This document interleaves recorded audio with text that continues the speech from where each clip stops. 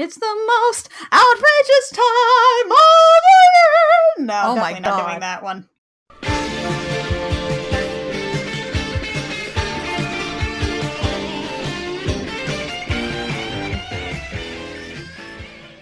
Hey there, Internet. I'm Annie. I'm Kit. And I'm Mac. And this is the JEM Jam, where we do an episode-by-episode recap of the 1980s cartoon JEM and the Holograms, because it is truly outrageous, and so is the comic, and so is Christmas/Hanukkah or Candle Nights. Candle Nights is outrageous. December is outrageous. Let's do that. This, as you may have guessed, is our comic review episode where we look at the JEM and the Holograms Holiday Special issue. We realize that this is, not December, but let's just close our eyes and pretend. I was 2,000 miles away from my recording equipment. It's fine. Yeah, you weren't even in the same country as your recording equipment. This holiday special came out before issue 10 of the comic, but it actually takes place right after it. IDW scheduling is weird. You may remember that Pizzazz was an accident. She's not doing so great. As demonstrated by the previously page, all you really need to know is that the Misfits hate JEM and the Holograms. They're opening for the Misfits on their West Coast tour. There are smooches going on Between Stormer and Kimber. And yeah, Pizzazz was in a car crash.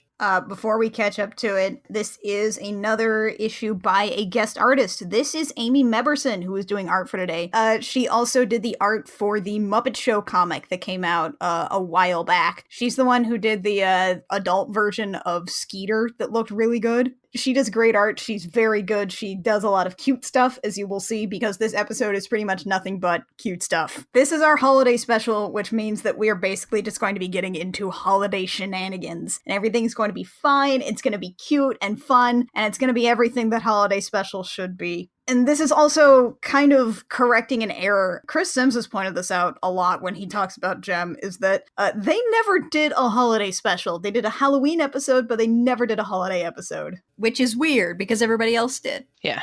They didn't even do like a Life Day thing. I want them all in red robes now, walking into a sun. Oh my god, while a coked-out Carrie Fisher leans against JEM and sings a song. Anyway. Our holograms all apparently celebrate Christmas because we open with them carrying a Christmas tree to the car. I want to point out that in the first panel, Shana is completely disappeared inside the Christmas tree. Which is tricky to do because Meberson draws her hair magnificent and huge. And Kimber lets go of the tree to text, and everyone falls over because Kimber. Which sounds a lot like Kimber. She doesn't even notice at first. It takes Aja to, scream at her, twice. Because guess what? Kimber is back together with Stormer, which means those two adorable little fuzzy lumpkins are going to be texting each other constantly. She doesn't even realize that she's completely dropped the tree on everyone until, page 2. They're like, Kimber, come on, you have to lift it. And she's like, but I was barely even holding it. And Shana's like, not helping. That's it. The tree can go inside, and we can strap Kimber to the roof. Speaking of strapping things to the roof, Aja has a system, apparently. Aja has the most amazing system. Because while some of the holograms have a conversation in the car about a Christmas party/office function that they are going to this evening, Aja is basically crawling around on top of the car, appearing in windows, pulling up rope, and getting everything set up. It's amazing. While she's tying up the tree, a lumberjack comes by. Miss, would you like some help? He's a breed of gentleman that we're very used to seeing here in the Seattle area. He's wearing plaid, he looks kind of like a lumberjack, he's got a big ol' hipster beard, and he's pretty cute. He's got a forearm tattoo. He asks Aja if she needs some help, and she's like, nope. And he's like, you should really open the doors before you. And then Aja was like, nope, not the way I do it. And then she swings in the window and sits down next to Shana and Jerica. And as anyone should be, the lumberjack's immediately attracted to this and like, hey, my name's Fritz, you wanna go? Nope. And he's got a little heartbroken emoji in his speech bubble. And Jerica's like, kinda harsh. And I was just like, he's extremely handsome, he'll get over it. And we do see him in the next panel kind of getting over it, seeing another cute girl. Shana, who was talking in the previous page, she is feeling a little bummed out right now because she's starting to notice that all of her sisters are dating people and she is starting to feel like a bit of a ninth wheel. She's starting to sort of ask Aja about it, like, how do you get guys to just like you like that? How do you do that thing? And Aja's like, oh, it's the disinterest. It draws them like flies to honey. Shana, unfortunately, couldn't be disinterested if she tried, according to Aja, which means that Aja's methods simply won't work for her. Meanwhile, though, at the 5x5 Records holiday party/office function in full ambiguous swing. which is a great establishing line. Because they are not really sure if this is a party or an office function, so they just sort of dressed for the ambiguity of it. And by the way, they all look so great. I also love that Kimber has gone for like full stage outfit and makeup. Oh, you're totally right. I hadn't noticed that. Like, everybody's got a little bit of makeup on, but yeah, she's got like the full thing happening. Aja has gone angry goth, Kimber has gone full stage makeup, and then Shana and Jerica actually know how to dress themselves for something like this. And then the misfits spot them. Oh my god. I love the way this page is set up. With the flames and everything backing them as they spot each other across the party. And we've got like a little office worker and his Santa hat's falling off because you can feel it behind him. The waves of hatred are so intense that they are knocking people's headgear off. It's really great. Pizzazz here is also sort of whispering unbelievable, in that her text bubbles all have the dotted line around them that indicate whispering. As Kit has mentioned before, this is actually what she's going to be doing for the rest of the issue, and maybe the foreseeable future. Her voice has to be all quiet, because otherwise she will wreck it. Man, as we have said before, that is an awful thing for Pizzazz to have to do. That's the worst thing you can do to Pizzazz. Before the Misfits and Holograms can start, like, dance fighting at each other, Elise comes by and sort of reintroduces herself to both the comic and to greet our guests. I really like the way Amy Eberson draws Elise. She looks great. Yeah, she looks adorable. She looks a little younger and smoother than she does when Emma draws her, but it still looks really nice. And she introduces the idea of a secret Santa. You missed the drawing earlier, so we drew for you. Just get a gift for whoever is on your slip. And oh boy, is this good. Again, this is really well set up. We have the character's face above the slip that they are holding. Oh, you have got to be kidding me. As Jerica gets Pizzazz. Right, let's go down the line. Jerica has Pizzazz. Pizzazz has JEM. Stormer has Shana. Shana has Stormer. Jetta has Aja. Ada has Jetta. And then Roxy has Kimber, and Kimber has Roxy, and oh my god. Nobody is happy here. Let's also take a moment to see that we start with Jerica's hand holding the slip and end with Kimber's hand holding the slip. Kimber's got little cat nails. Delightful. And as everyone is so angry about all of this, we cut to the foreground where, off to the side, Elise and her assistant, Greta, are discussing this little plan. I do like how everybody else is kind of looking at each other, except for Pizzazz, who is looking over at Greta and Elise like, I know you did this. Yep, because of course the drawing was rigged. Completely rigged. Elise is like, well, this could make them not tear each other apart, or it could make them tear each other apart. 50-50, could go either way. What alignment would this be? Chaotic neutral? She just wants to see the world burn. Unfortunately, this has completely soured the mood for the holograms, so they split. It's also soured the mood for the Misfits as well. But my favorite is Pizzazz being, I'm Jewish for hell's sake, does nobody care? Pizzazz confirmed for Jewish. It's like, I don't even have Christmas. What the hell is Santa? I don't care. I know it's your parents. Yeah, and then Shana on the next page is insisting they got rickrolled, which leads to like a half-page conversation about memes. Sure, it started out being about the video, but the definition has clearly evolved, Aja. And Jerica's just so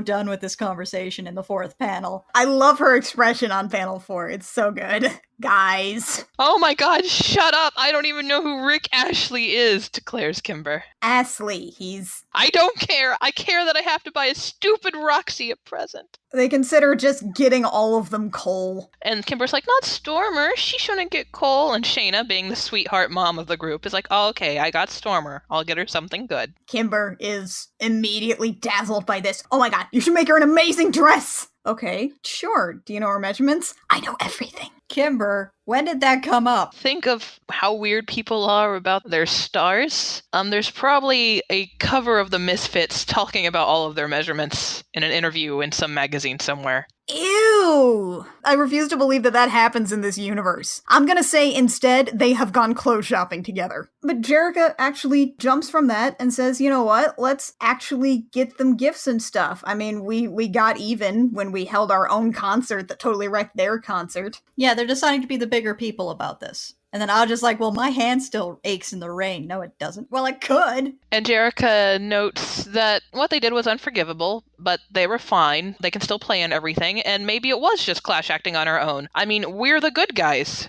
Yeah, more importantly, she acknowledges it that they don't actually know. This is a good opportunity to offer an olive branch. We're the good guys, right? And this is a pretty good gesture. Kimber, of course, is just going to directly ask Stormer, what should we get the Misfits? Tell me, be specific. Subtlety is dumb. Kimber Button, subtlety is dumb. That is probably the perfect statement for Kimber. Yeah, I'm pretty sure you could just crop that and have it be an icon, and that would be the quintessential Kimber moment. Meanwhile, with the Misfits, they are apparently out at some Italian restaurant or diner or something, and they are mad about these things. Jetta's like, I am not getting that paunce of a guitarist, meaning Aja, a present. What does a guitar player even want? Sorry, Storm, you know what I mean. Pizzazz, of course, is so upset that she is supposed to be getting JEM a frickin' present. They are rivals. And Stormer interrupts this by saying, well, looks like they are getting us something. And Jetta goes, diabolical. And they're like, oh my god, we have to get them something, otherwise we'll look terrible. This is awful. What are we going to do? How much money do we have? And Stormer's just got this evil little grin on her face. She loves it. Oh my god, though, Amy Meberson might actually draw the cutest Stormer. Her expressions on this page, her like peeking over her phone and then like having that smug smile at the end, it is so cute. And then we get a cute little montage. It's an adorable montage. Shana working on Stormer's dress and Kimber in the background is being an internet. Yes. And then we've got Jetta looking at bikes and helmets. Stupid Aja. Jerica is trying to get something engraved. Roxy is shopping with just a show me everything at a clothing store. Aja is welding something and refuses to teach Kimber how to weld. Do not trust Kimber with a welding torch. No. Stormer seems to be antiquing, and Pizzazz is not shopping. And her cat's on her shoulders. Just reading her frickin' book, listening to some music, not dealing with this. And now for our B plot. This starts with Aja and Shana heading out to a bar while Jerica and Rio are watching a movie and looking adorable. They're so cute. I'm so angry. Okay, so let's talk about Shana's outfit. Because this has also been pointed out, but I recognized it by the sort of, like, leaf things. This is actually an updated version of the blue and gold outfit that Shana was wearing when they go on the yacht and she meets Anthony Julian for the first time. And it is adorable. It's such a good job updating it. It looks super cute. And she's also got, like, giant triangle hair again. I also really like Aja's updo with her hair. That looks fantastic. It's true. We haven't seen that outfit on her very much, but she looks super good. Aja says that she's got a date for Shana. And then we have drunk Shana talking to the bartender. Shana has had several glasses of wine. I like that she is so obviously drunk despite never saying that she is drunk, because this is still a kid's book. It could be, if you really want to say it, it could just be because she is upset and tired. That's fine. Or maybe it's going to be like a JRPG and she has just been having a whole lot of juice and she feels good. This is Shana after her date with hipster lumberjack dude, and she is not happy. Not happy at all. She has wandered over to the bar and has started unloading her issues about her bad date to the bartender. Yeah, she's like, oh, he's the most boring person on earth. He's cute, but I hate him. And the bartender is like, your sister should know better. And she's like, no, it's not her fault. She thought I wanted a lumberjack. Even I thought I wanted a lumberjack.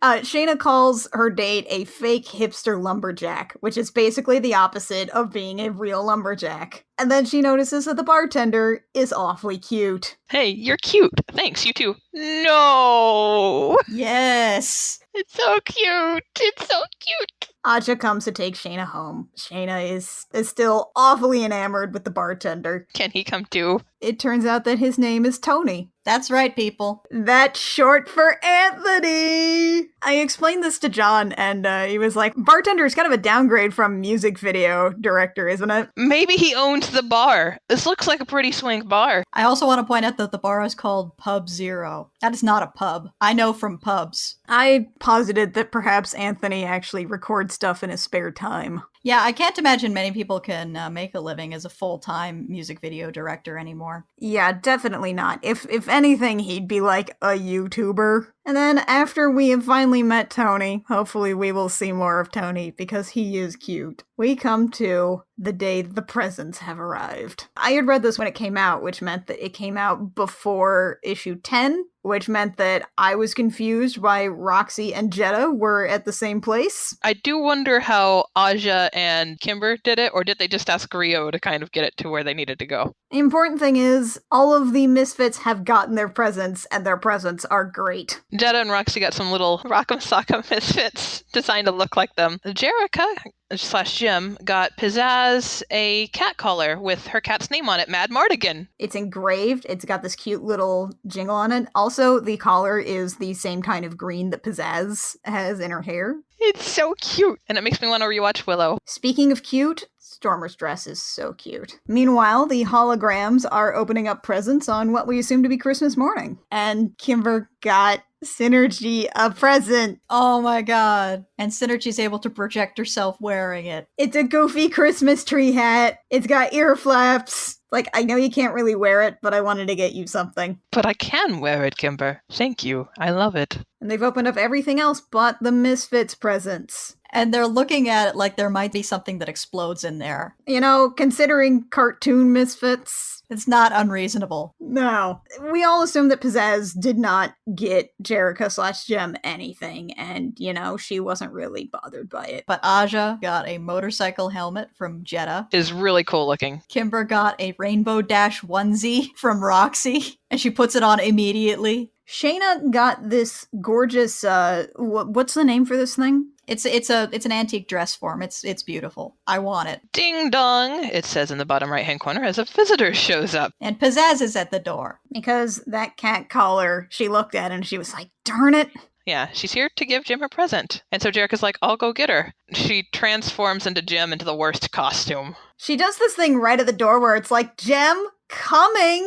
Let's talk about this awful outfit. Oh, it's so good. It's so good. It's like red glitter. And she also has, it looks like that she went to a Hey Arnold Christmas special and stole Arnold's little hat. It's magnificent. And she comes to the door. And Pizzazz throws a duffel bag at her feet with a Happy Holidays or whatever. Jim is like, what is this? And Pizzazz says, it's a gift. I call it a go bag. Every front woman should have one. I make Clash carry mine. You can probably get Jerica to haul it around. And she also sewed $500 into a secret pocket. You'd be surprised how many problems $500 can solve. This is like the best present. This is an incredible present. This reminds me a lot, I was in theater in high school, and this reminds me a lot of the stage manager's kit that my friend, who is also a theater person, still keeps one of. It's just, you keep a box that has just about everything you could need for most emergencies that you're going to run into backstage, and it is cool to see, like, the musician equivalent of this. It is a great present, and Pizzazz is just sort of, the collar was really thoughtful. I don't like to owe anyone, so now we're even. And then Shana's like, well, maybe there's hope for her yet. And I'll just like, no. I wouldn't get too attached to that. As they walk back into the room where they got all their Christmas decorations up, and they are family and together, and things have worked out okay, and it is a cute little holiday story. I'm feeling the warm fuzzies all over again, you guys. Not quite as ridiculous and vaguely homicidal as the Transformers More Than Meets the Eye holiday special, but... To be fair, vaguely homicidal isn't quite the JEM comics routine. Not yet, it isn't. Dark Jim is coming. That is the JEM and the Holograms Holiday Special.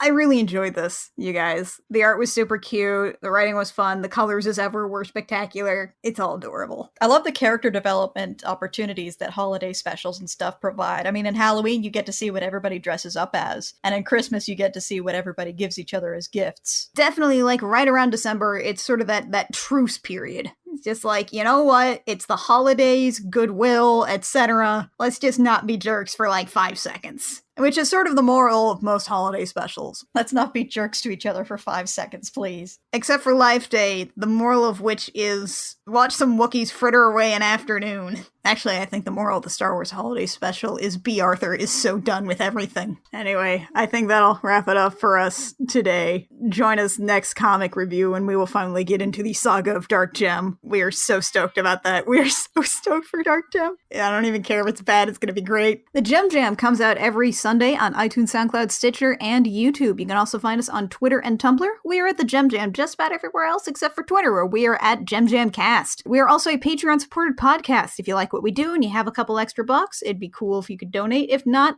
just spread the word. That is also great. No matter what, we love you all. You are our favorites. Until next time, dear listeners, I'm Annie. I'm Kit. And I'm Mac. And this has been the Gem Jam, where it is the most outrageous time of the year.